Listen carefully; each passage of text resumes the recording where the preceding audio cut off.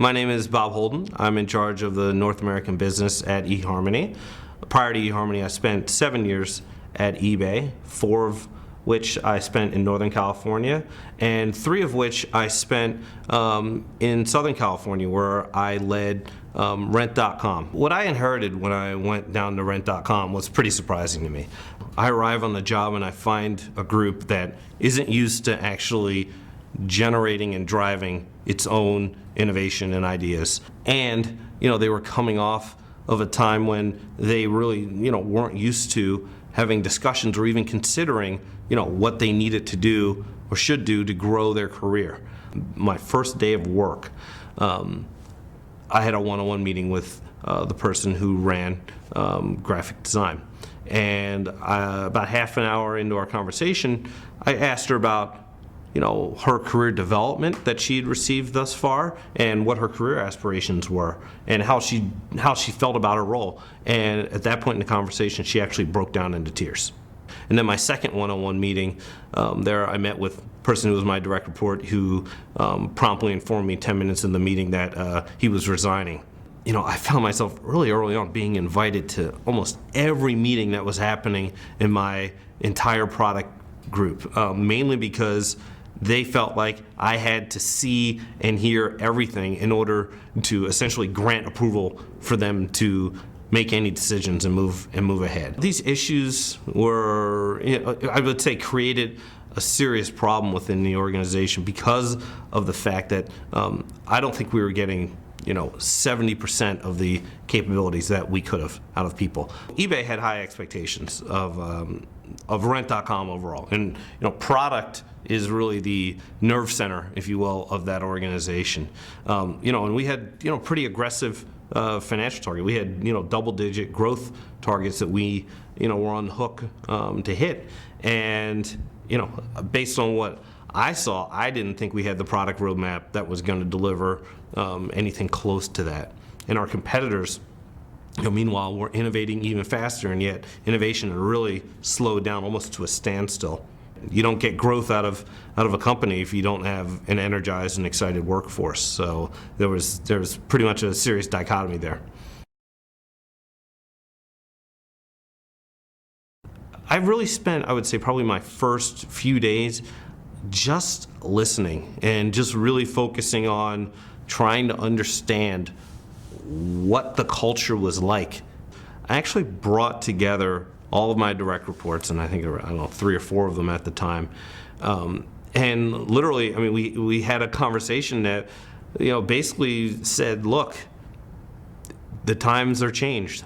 I've heard from all of you, and I see some common threads around the fact that, you had a product director who was really driving the decision making here, and really didn't give you guys the authority to really drive what you think is right. So that's over.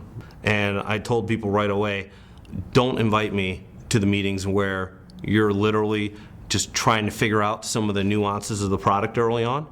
Invite me to the meeting where I can add value. When people came to me with ideas that I didn't agree with, I handled it in one of 2 ways. Number one, half the time, if it was just a pure judgment call and it wasn't a mission critical issue, I would let them try it. Or if it was a really mission critical types of project that I just could not allow to go ahead, I would tell them, look, here are the issues that I have.